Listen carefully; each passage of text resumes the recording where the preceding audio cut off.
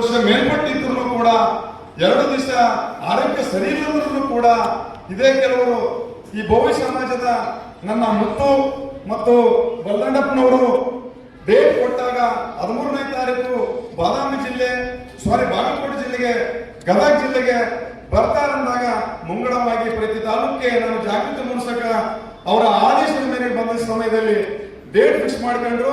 ಹಾಗೇನೆ ಮುತ್ತು ಅವರು ಕೂಡ ಜಿಲ್ಲಾಧ್ಯಕ್ಷರು ನೇರವಾಗಿ ಸಾಹೇಬರು ಕೂಡ ಮಾತಾಡಿ, ಸಾಹೇಬ್ರೆ ದಯವಿಟ್ಟು ಈ SC ST OBCಗಳಂತೇಳಿ ಪ್ರತಿ ಜಿಲ್ಲೆ ಕಾರ್ಯಕ್ರಮನೇ ಬೇರೆ, ಬಾದಾಮಿ ಜಿಲ್ಲೆಯಲ್ಲಿರ್ತಕ್ಕಂಥ ನನ್ನ ಬಡ ಕುಟುಂಬದಲ್ಲಿ ಹುಟ್ಟಿ ಬೆಳೆದಿರ್ತಕ್ಕಂಥ ಈ ಬೋವಿ ಸಮಾಜಕ್ಕೆ ನೀವು ದಾರಿ ದೀಪವನ್ನು ತೋರಿಸಿದ್ದೀರಿ, ನಮ್ಮ ಶಕ್ತಿ ಪ್ರದರ್ಶನವನ್ನು ನಾವಿಲ್ಲಿ ಮಾಡೇ ಮಾಡುತ್ತೇವೆ ಅಂತ ಹೇಳಿರೋದ್ರಿಂದ ಈ ಬೋವಿ ಸಮಾಜಕ್ಕೆ ಮತ್ತು ಮುದ್ದು ಅವರಿಗೆ ನಾನು ಕೋಟಿ ಕೋಟಿ ನಮಸ್ಕಾರಗಳು ಬಯಸುತ್ತೇನೆ. ಮಾತಿನ ಪ್ರಕಾರ ಸಾಹೇಬ್ರು ನಮ್ಮ ಮಾತು ಹೇಳಿದ್ರು, ಸಾಹೇಬ್ರೆ ಸುಮಾರು ಒಂದು 400-500 ಜನಸಂಖ್ಯೆ ಸೇರುತ್ತೇನೆ ಅಂತ ಹೇಳಿದ್ರು.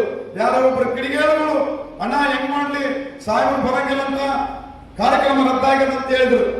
ಒಂದ್ ಮಾತು ಹೇಳಿದ ಮುತ್ತವರೇ, ವಾಲ್ಮೀಕಿ ಸಮಾಜ ಎಂದಿಗೂ ಖಡ್ಗವನ್ನು ನಮ್ಮ ವಾಲ್ಮೀಕಿ ಸಮಾಜ ಸಲುವಾಗಿ ಖಡ್ಗ ಹಿಡಿದಿಲ್ಲ.